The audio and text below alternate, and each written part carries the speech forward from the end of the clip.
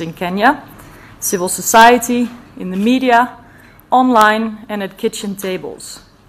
Kenyans are very much aware of the significance of their right to vote.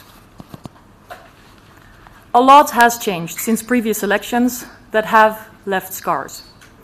The new constitution seeks to ensure a balance of power, the inclusion of minorities, and it sees, quote, public participation as a value, end of quote, and includes important provisions on the inclusion of women.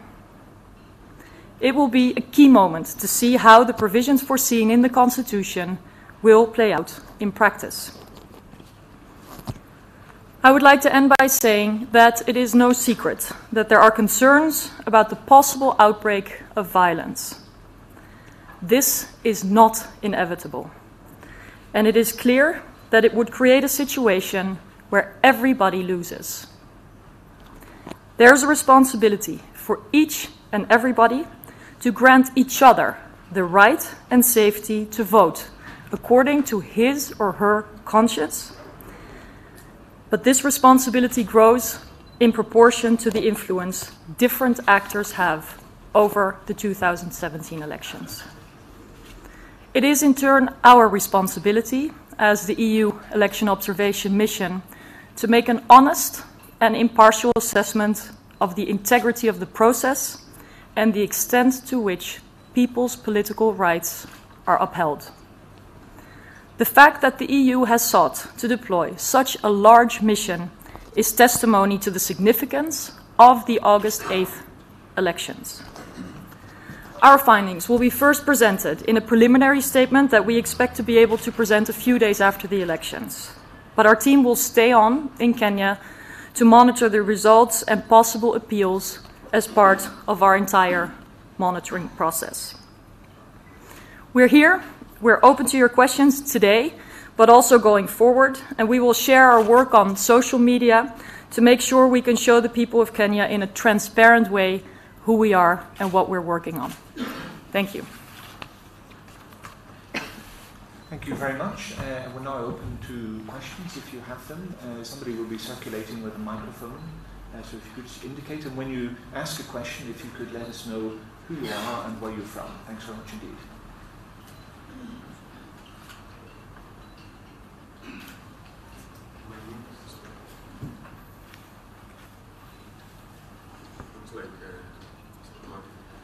My name is Geoffrey Musoko. I write for the Standard newspaper. I have two questions, or rather clarifications. From the statement, you say it's clear there are signs of a likelihood of violence during the elections or even after elections.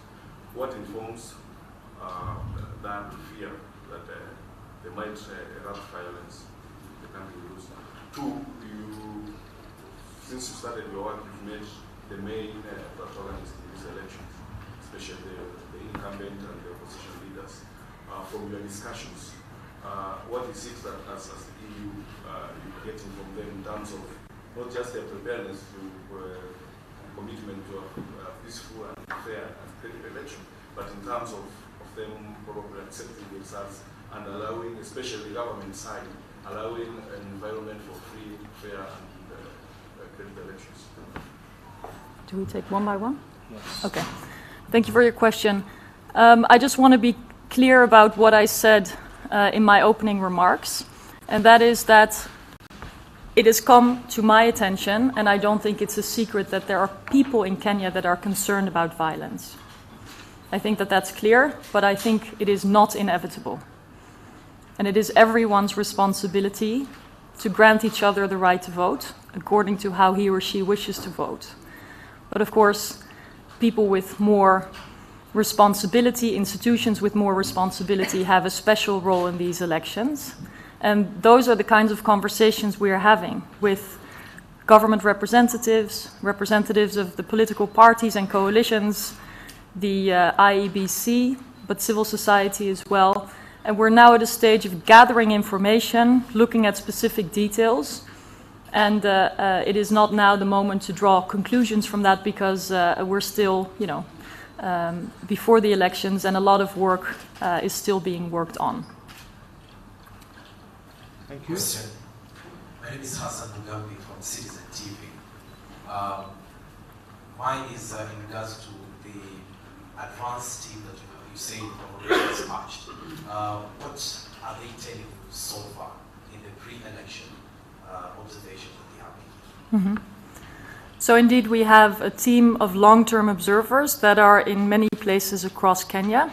They have been deployed just recently, so they are getting their feet on the ground and they're doing similar kinds of observations as we are. So they're talking to different responsible actors, responsible for organizing the elections, local government representatives, going to different events on the elections, talking to civil society in the region.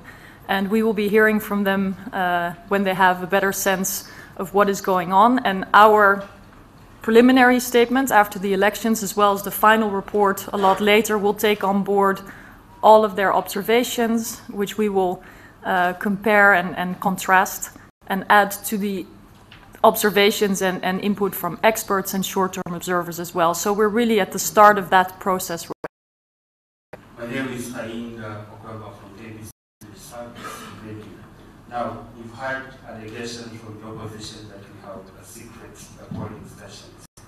Is it in your province to investigate and verify these allegations? Because then they will impact on the final results when they are announced. Our mission has very clear guidelines and methodologies to observe elections according to Kenyan law and the commitments of all Kenyan governments to international law. We do this independently and impartially. We are not investigators.